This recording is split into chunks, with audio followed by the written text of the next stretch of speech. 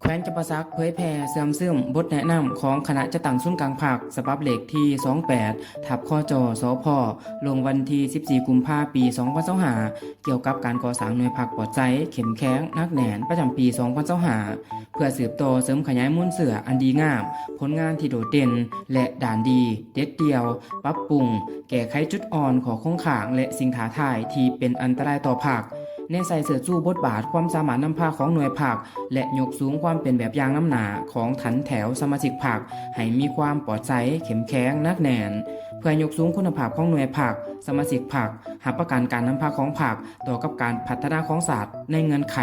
และสภาพแวดล้อมใหม่ให้มีความสามารถนำพาจัดตั้งปฏิบัติหน้าที่การเมืองของภาคและแผนพัฒนาเศรษฐกิจสังคมของรัฐวางออกให้ปรากฏผลเป็นจริงนั่นเองและนี่ก็แม่นหนึ่งในที่กับจองหน่อย EP นี้แล้วพบกันใหม่ EP หน้าไปละบ๊ายบาย